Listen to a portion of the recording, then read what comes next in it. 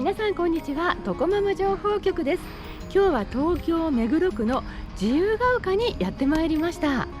自由が丘と言いますと、おしゃれな雑貨屋さん、お洋服屋さん、カフェなどが立ち並ぶ、何かセンスあふれるキラキラした街というイメージですよね。そんな自由が丘に神社っていうとピンとこない方も多いかもしれませんが、実はね、とっても素敵な神社があるんです。私もね、前から上がってみたいなと思っていた神社、はい、今日ご紹介するのは自由が丘の熊野神社という神社です。はい、こちらはですね、神社のお名前の通り熊野信仰のね神社になるんですけれども、大変ね若い方も多く訪れる神社になります。また境内車もねとってもパワースポットとして人気があるということですので、どんな神社になっているのかとっても楽しみです。それではこれから参拝に上がらせていただきます。自由が丘は東京都目黒区の南端に位置し、東急東横線と東急大井町線が交差するエリアにあるおしゃれで洗練された街。私も大好きな街でよくお出かけを楽しんでいます。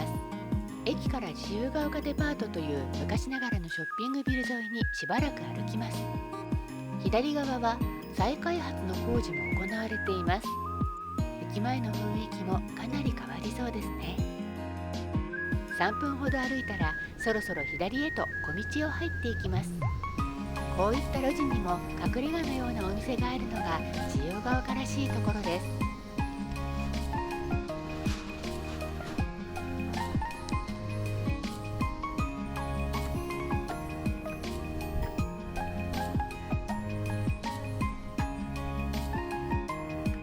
はい、自由が丘の駅からは歩いて3分ぐらいですかね、5分かからないぐらいです。すぐに到着しました。なんかね、自由が丘らしい石畳の道を抜けると見えてきました。鳥居ですね。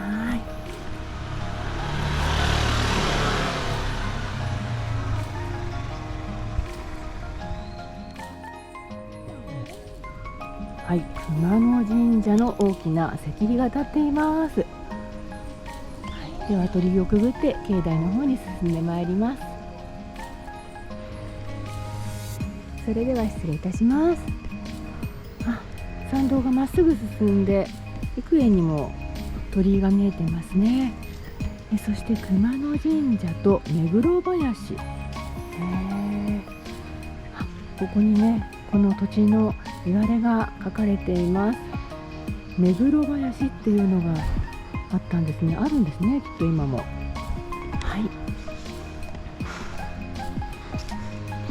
すぐに2の鳥居がありまして、そして境内はちょっと広場のようになっていて、小さなお子様たちが遊べるような遊具もありますね。電車の音が聞こえるんですが、緑が豊かでとっても気持ちのいい境内ですね。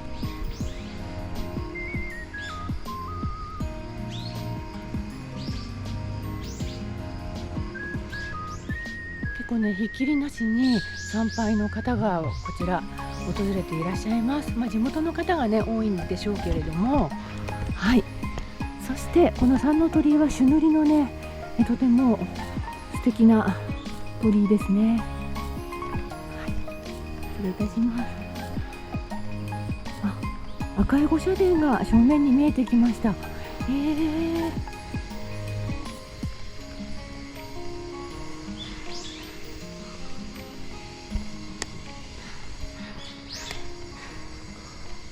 そしてこちらにはどなたかの銅像が立っていますね。この方は自由が丘の誕生の祖と言われている方のようです。この方は栗山久次郎という明治から昭和初期にかけて農家を営み、その後政治家として活躍した地主さん。東急に広大な土地を寄付し、自由が丘学園の創立者手塚喜恵氏の意見に共鳴して町名も八幡から自由が丘に改名。自由が丘の父とも呼ばれています。そんな自由が丘の歴史にも触れながら参道を進んでいきます。まだ朝早い時間なので地元の方のお姿がちらほら見受けられますが、お昼頃になると若い方の姿も多くなります。そしてこちらが手水舎なんですが、こちらの手水舎がねちょっと面白いんですよ。見てください。なんとはいカラスちゃんが迎えてくれます。これねそれぞれなんか意味があるみたいですね。こちらのカラスちゃんが開運修復、こちらが健康長寿、こちらが厄除け良縁で、それぞれのカラスちゃんからこう水が出てきているので、どこでお清めするかっていうのを、ここでまず選ぶんですね。熊野神社でカラスといえばもうお分かりですよね。ヤタガラスです。ヤタガラスとは日本神話に登場するカラスで、神武統制の際、高見結びによって神武天皇のもとに使わされ、熊野の国から大和の国への道案内をしたとされる三本足のカラスです。この伝説からヤタガラスは導きの神として信仰されています。馴染みのあるところでは、このサッカー日本代表のエンブレム、日本サッカーの生みの親である中村角之助氏が和歌山出身で、日本サッカー協会が中村氏にちなんだマークを探したところ、和歌山熊野の地に伝わるヤタガラスにたどり着いたということなのです。また先に述べたように、導きの神とされることから勝利へ導くという願いも込められています。なぜ三本足なのかということについては諸説ありますが、熊野本宮大社ではヤタガラスの3本の足はそれぞれ天、地、人を表し、神と自然と人が同じ太陽から生まれた兄弟であることを示すとしています。ただこのヤタガラスは謎に包まれており、世界最古の秘密結社という都市伝説も存在するなど、なかなか興味深い神の使いなのです。そんな謎めいたヤタガラスですが、この自由が丘熊野神社の手水舎のヤタガラスたちはなんだかとっても愛嬌があって親しみやすいですね。どのカラスちゃんのところで清めようか迷いましたが、今回は開運招福のカラスちゃんでお清めをさせていただきました。ただ神職の方によりますと、あくまでも清めるのが目的の場所なので、ご利益で選ぶとあまり考えすぎなくて良いそうです。それでは自由が丘熊野神社のご由緒です。鎌倉時代に和歌山の熊野三山に参詣する熊野詣が庶民の間で盛んになり、目黒地域からも熊野参詣の記録が発見されていることにより、三山の分霊を排除して祀ったのが創建の由来と言われています。朱塗りの美しい拝殿は昭和42年に再建されたもの。その奥の御本殿は明治期に造営されたものが現存しています。ご祭神は早玉の尾の命、イザナミの命、与物琴坂の尾の命。ご利益は幅広く、開運厄除けはもとより縁結び恋愛成就のご利益があるということで、若い人たちも多く訪れます。はい、ご本殿にお参りさせていただきました。で、このご本殿の奥の方にですね、稲荷神社があるんですけれども、実はこの自由が丘の熊野神社ですごいパワースポットって言われているところなんですね。そちらの方にね参拝に上がってみたいと思います。はい、赤い鳥居が立っていまして、稲荷神社の雰囲気がしてきましたね。はい、御社殿がありました。赤い稲荷神社の上り、そしてこちらにもね、朱塗りの鳥居がありまして、はい、御社殿が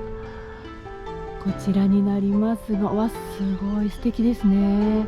龍の彫刻が見事です。ちょっともう境内社というには立派すぎるぐらいの稲荷神社ですね。はい、こちらにはお狐様がね、この御社殿、御本殿を守護していらっしゃいます。龍の彫刻力が素晴らしいですね。この稲荷社はとても強いパワーがあると噂されていて、逆に恐れられるほど。自由が丘熊野神社に上がられた際には、ぜひこちらの稲荷神社へも参拝されてくださいね。ただくれぐれも真剣に丁寧にお参りされますことを強くお勧めいたします。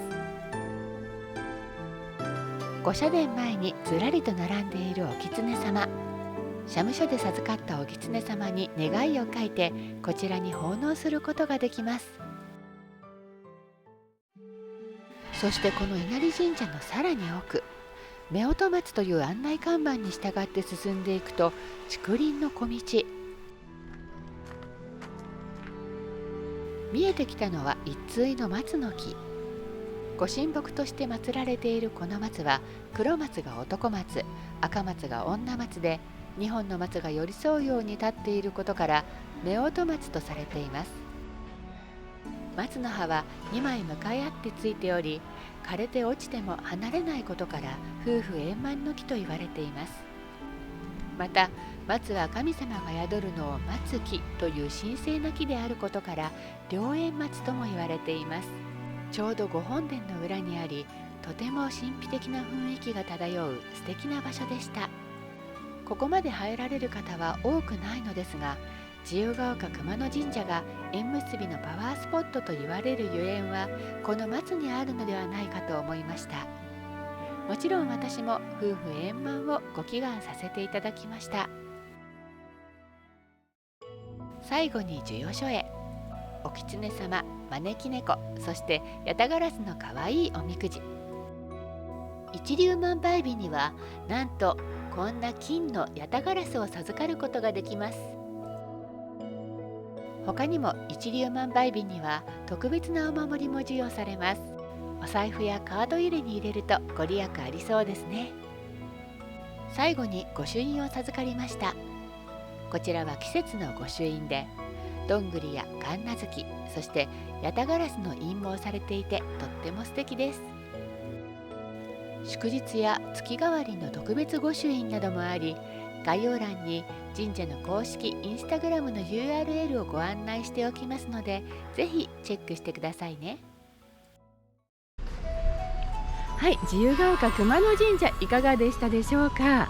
おしゃれな街中にあって、やはりね、境内だけこう緑に囲まれて静かで、すごく清らかな空気が流れている、とっても気持ちのいい神社でした。そして、境内社のね、稲荷神社の方もやはり独特の稲荷神社の雰囲気が漂っていて、お狐様もねたくさんいらっしゃって、なんかもう稲荷らしさを感じられるような、皆さんがパワースポットっておっしゃる意味がわかるような、そんなね稲荷神社でした。でまた御朱印もね、大変種類が多くてですね、1ヶ月のうちに4種類ほど、授与されているということでね、それがね毎月変わっていきますので、このね、御朱印を授かりたいというね方も多いようですね。今日は神職の方にもご挨拶をさせていただいて、大変快く撮影もね許可していただきました。本当にありがとうございました。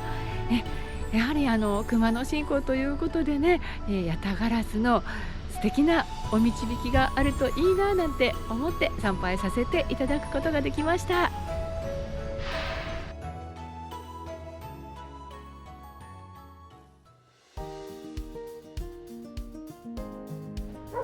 それではね、せっかく自由が丘に来ましたので、これからねおしゃれなお店で素敵なランチでも楽しもうかなと思います。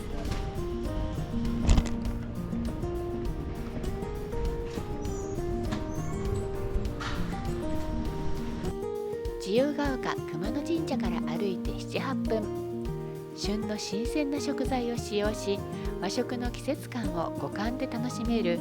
和食あえん、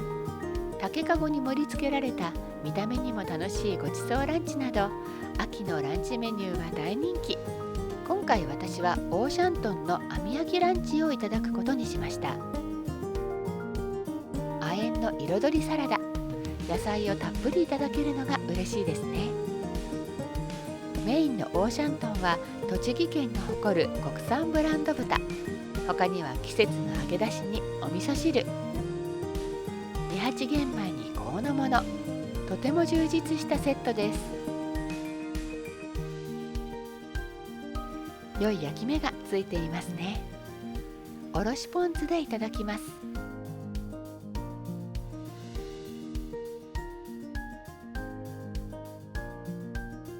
実はこの日はお友達も一緒でした。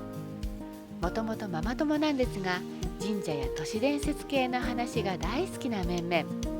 定期的に集まる楽しいメンバーです。この日もお互いの近況報告、情報交換で盛り上がりました。お箸でいただける和食ってナイフとフォークよりもおしゃべりがしやすいんですよね。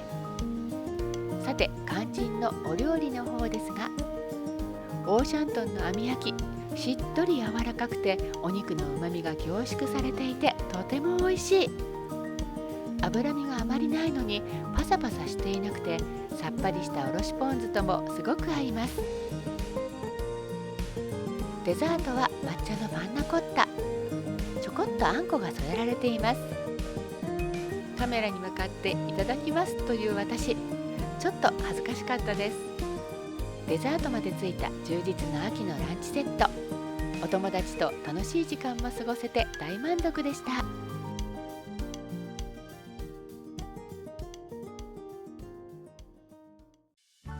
お伝えした内容は時期によって異なる場合がございます。最新の情報はホームページなどでご確認くださいね。ご視聴ありがとうございました。次回の動画でまたお会いしましょう。